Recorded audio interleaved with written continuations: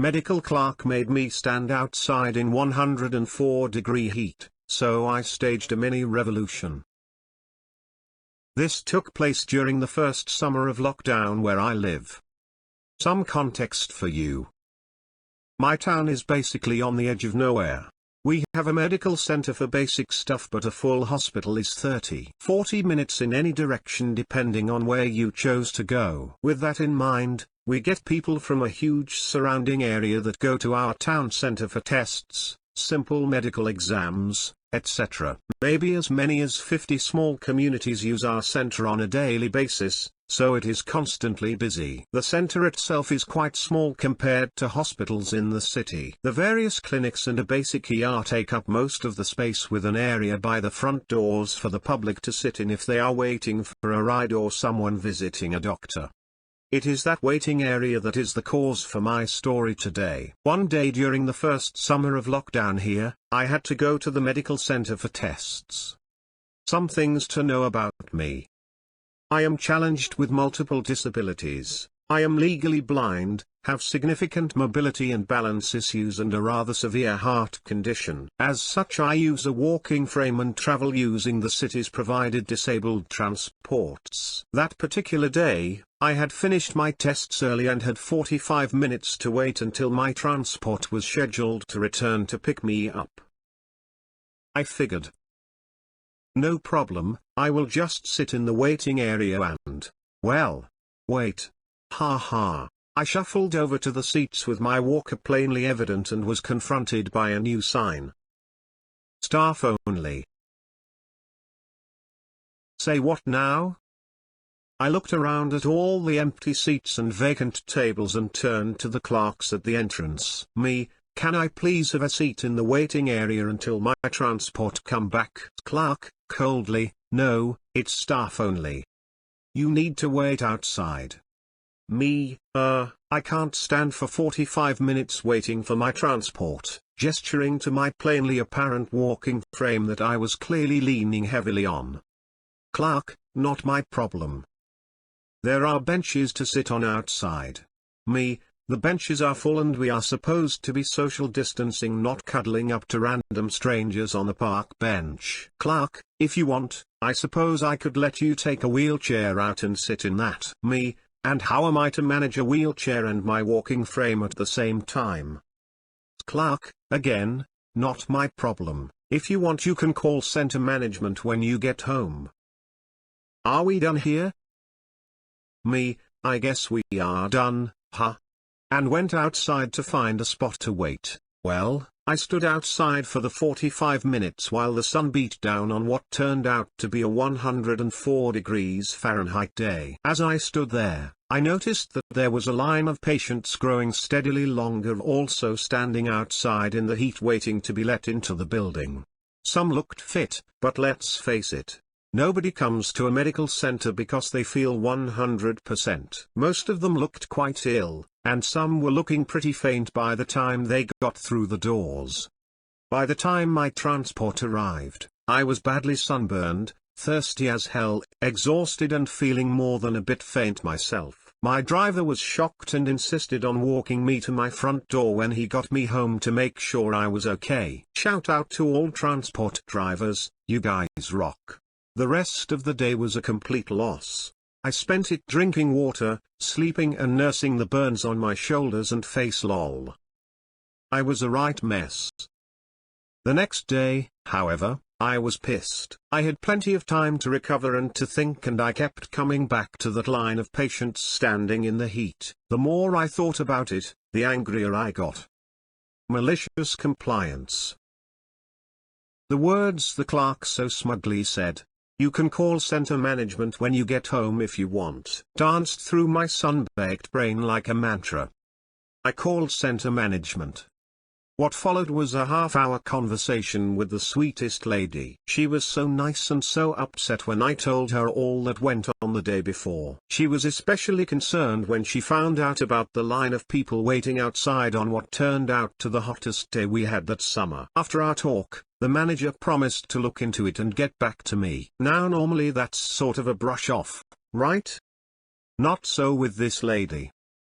2 days later, she called me back. Turned out, she had spent the day before sitting at the clerk's desk observing things that went on.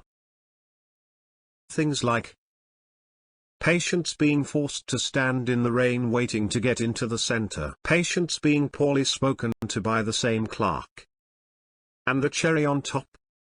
At one point a tiny, elderly lady tried to sit down in the waiting area and the same clerk ran over and rudely shoved her aid and snapped, "Staff only," with her boss sitting right there.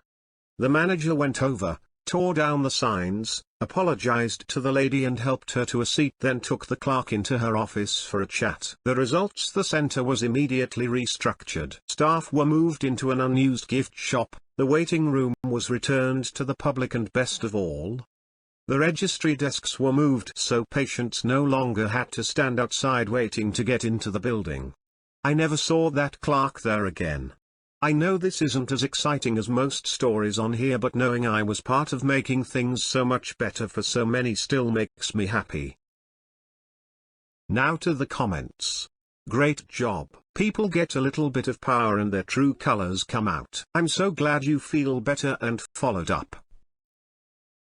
The worst part about this was how falsely confident that woman was that she was doing something management approved that she threw the invitation to call management out so freely.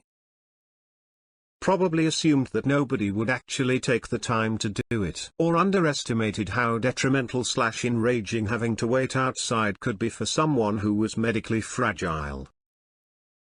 A delivery driver was giving me a hard time at work the other day. Yet I just make the orders in the order they show up on my order screen, then I bring it outside, call out the order number, and hope the driver pays attention to their app notifications. I press done on a tablet and it's supposed to notify them to come to the door. So, this one guy is just constantly ringing our doorbell. He's not new, he knows how we do things. I ignore him and eventually bring out my next order. He's in my face.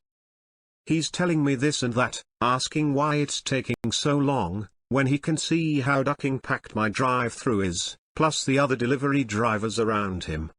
So I just said, I'm making them in the order they show up. Then he pulls out a second phone, and tells me I have another order, get that one next. Now, the app/delivery service he works for does not allow their drivers to take more than one delivery on at a time, and he's gotten a second phone to work around this rule. I don't use DoorDash a lot because they have the multi-order feature for drivers, and I'd like to get my food delivered directly from the restaurant, so this place caters to people like me. So after I go get his second order, something that I'm normally too busy to deal with, reporting him to the app means I have to spend a bunch of time on the phone/at the computer when I'm needed elsewhere. The phone rings.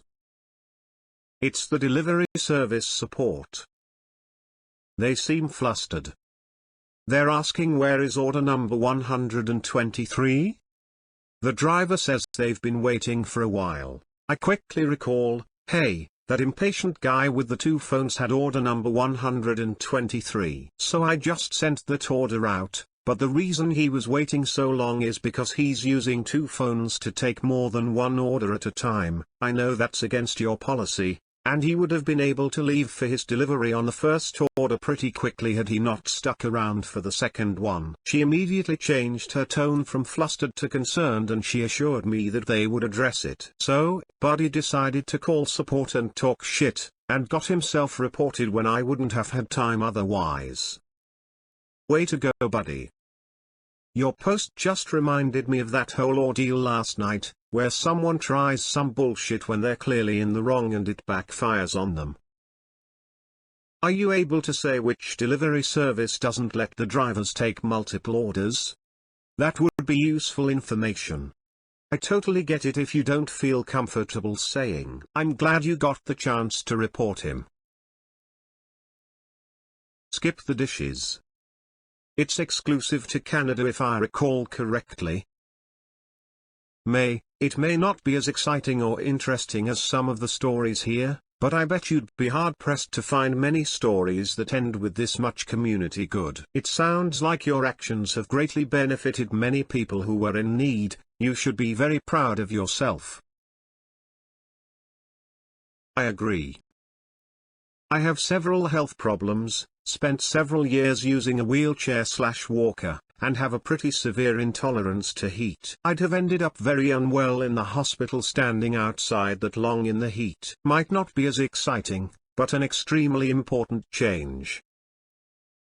Yeah, I would have had a seizure within minutes, as heat is a major seizure trigger for me. That would most likely have ended in chaos and a very expensive ambulance, despite the fact that there is nothing anyone can do to stop my seizures once they start. All that calling 911 will do is waste the E.M.T.'s time and my money. My guess is that this began at a high level because of recommendations, or restrictions, coming down from federal health entities which stipulated patients may not congregate in waiting rooms. It was common throughout Arizona, even during the 110+ degree summer, for staff to apologetically let us know that federal guidelines mandated we must wait outside the office for our appointments. This is how I feel too.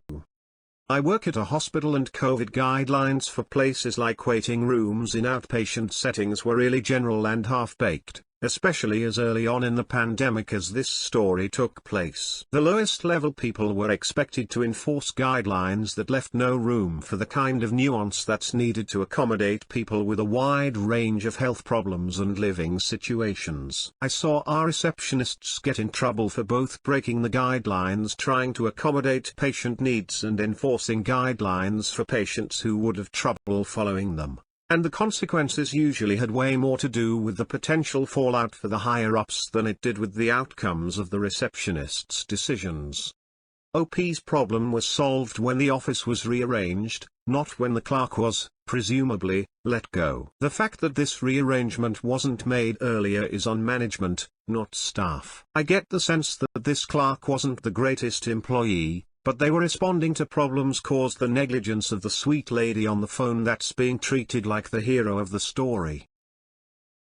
Also, not saying the clerk was in the right, but she probably had this exact conversation at least every 5 minutes, for days. As OP acknowledges, there were signs posted and seats outside, just none available. I wouldn't be surprised if there were warnings when they booked their tests in too.